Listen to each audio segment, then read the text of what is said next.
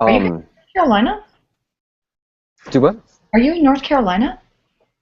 Oh no, we're in Austin, Texas, but Arden is from North Carolina. Oh, okay. I Yeah. noticed you had a 919 number. I didn't know. Okay, so Yeah. is Kirkus based in Austin? Yeah, strangely, the corporate headquarters are now in Austin. Look at you. We have, yeah, I mean, and I'm a native Texan, so that works out well for me. Um, so, um, so tell me with the matchmaker, I mean, do you remember how the idea of this character who can see whether or not a couple's going to work out, how that came to you? Because it works well. You know, I can't really remember the genesis of the idea. A lot of times, well, almost every time I speak, people ask me where I get my ideas from, and I say to them that they're one of two ways. They're either situational, which is the matchmaker, or they are thematic. So, like my last novel, which was Beautiful Day, was about a wedding, and I knew that I wanted to write a novel about a wedding. And this novel is situational, and the situations sort of come to me whole. So I knew I wanted to write a novel about a woman who was a matchmaker, and in my first thought, I thought that she would be terminally ill, and that she would want to set up her daughter, her grown daughter, her husband, and her lover. And Mhm. that was sort of the idea behind starting it. It didn't. The novel does not, of course. Have you read it? Does not exactly proceed that way, but that was my thought, that I wanted to have this woman that was dying, and she wanted to. She had always been a matchmaker, and that she wanted to set up these three very important people in her life. Yeah, but one of the things I liked is that the magic didn't feel it didn't feel stitched in. It didn't feel false. It just felt like, oh, she has this power Right. that other people don't have. And what was that difficult to make it seem so sort of casual and lived in a way? Well, no, because of Dabney herself. So what I always do is I start with the character first. So as we know, Dabney is a very practical, almost to a fault person. So she dresses very practically, and she has her ways. And um, it just came to me that, oh, well, she just is able to see whether two people are meant to be together or not. Yeah. And it just, and I didn't want it to be too elaborate. I didn't want it to have too many rules or too much calculus surrounding it. I just wanted it to be very simple. She can see if you're meant to be or not. And of course it cuts both ways with her. Like it gets her in a lot of trouble, I think, also, in addition to Right.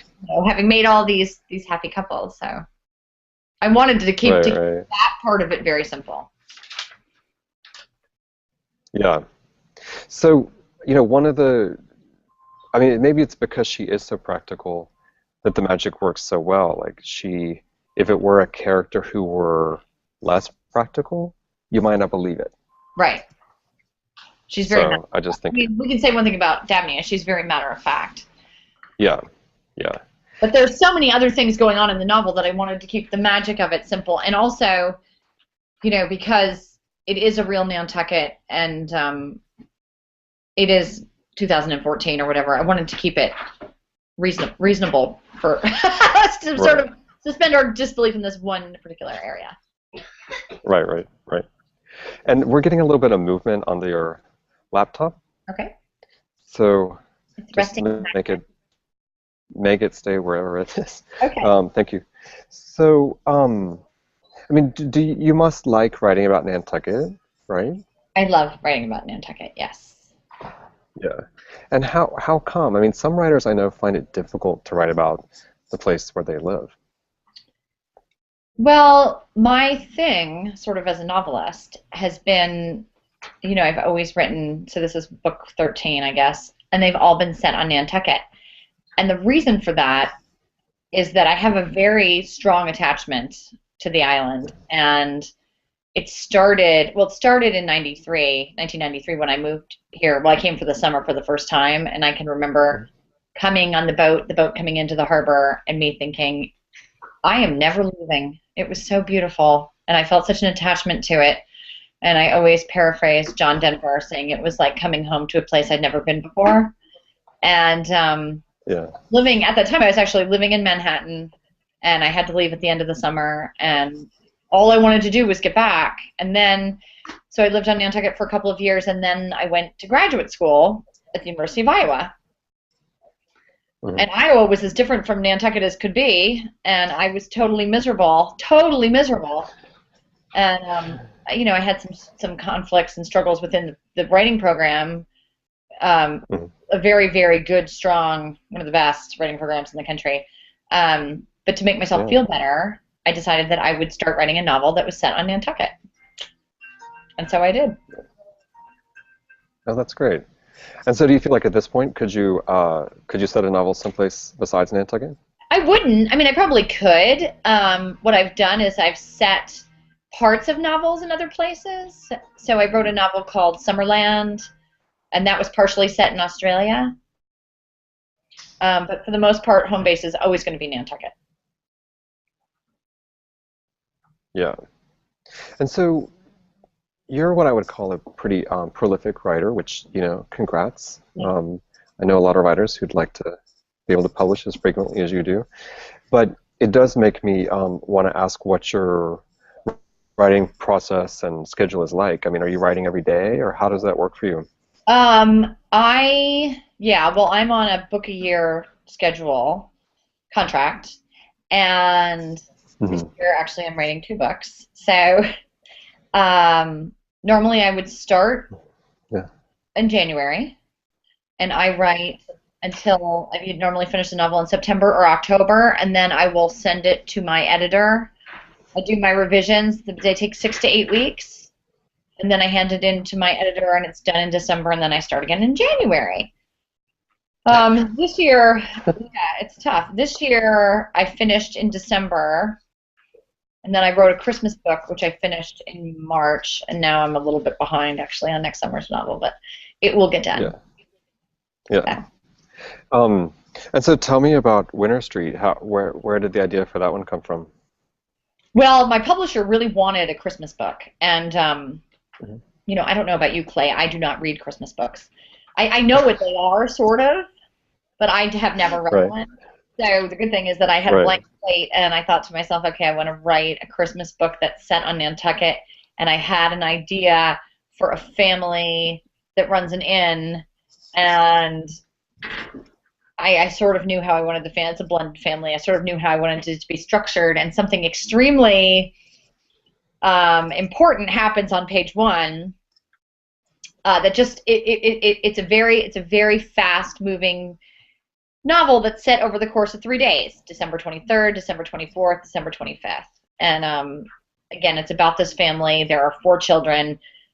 All the children have their issues. The youngest child has just been shipped to Afghanistan to sort of back clean up in the war against terrorism. So he's a sort of a late goer to Afghanistan. It's and in my novel, and probably also in present day, to go right now is very, very dangerous because the United States is pulling out.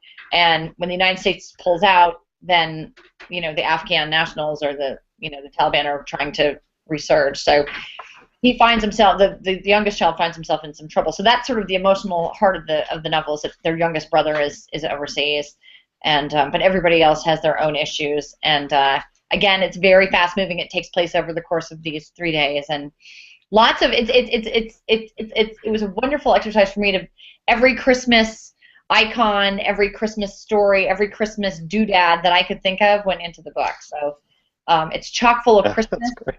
But it also has all this sort of regular family drama and family interaction, and it's good. I don't always say that about my novels, but the Christmas book is good. I like it. That's great.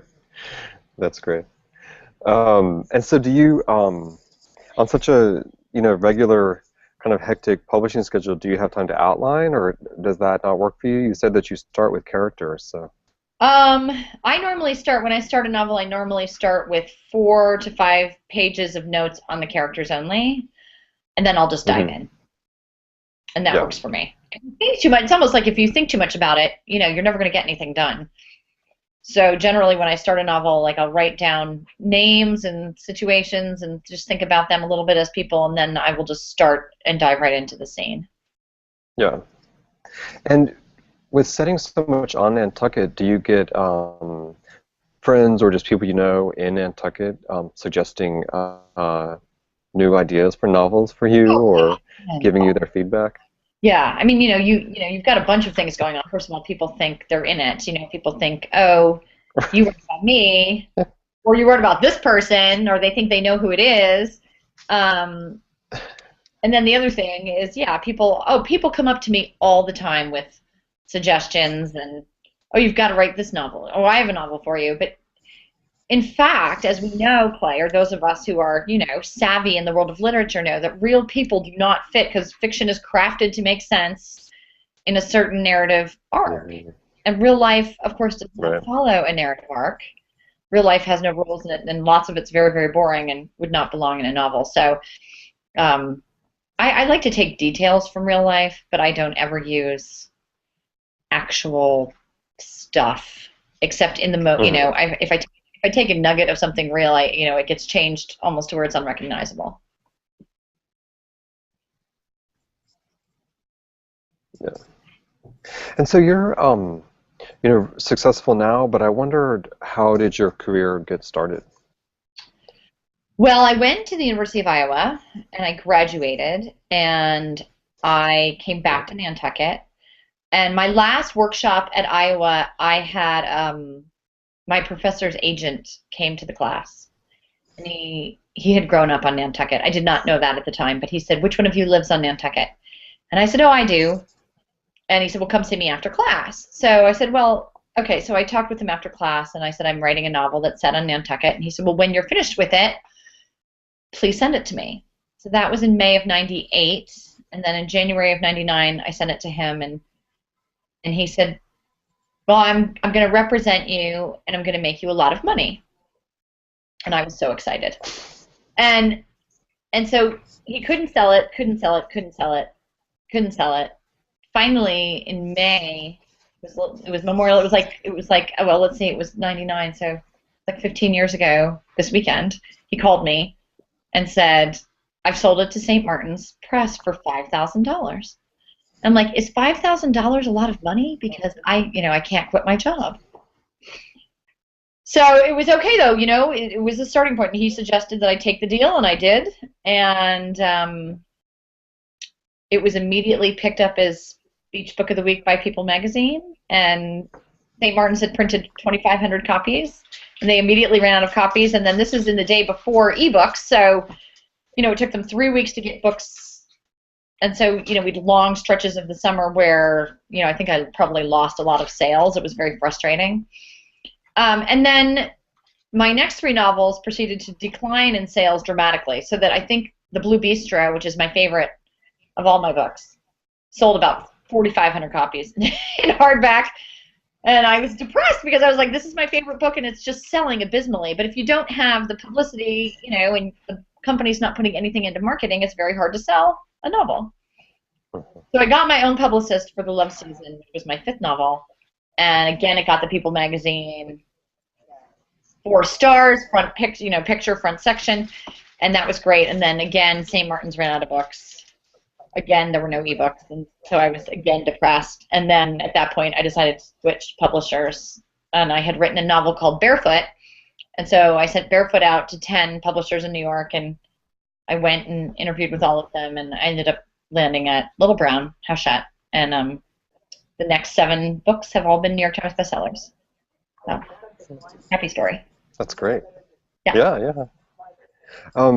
So last question. Tell me what you think are the good ingredients for like a great summer read. Well, first of all, I would say it can't be terribly taxing, and you really want to walk a fine line there, because I don't care myself to read fluff or trashy novels. I don't write them. I always say I write a better beach book.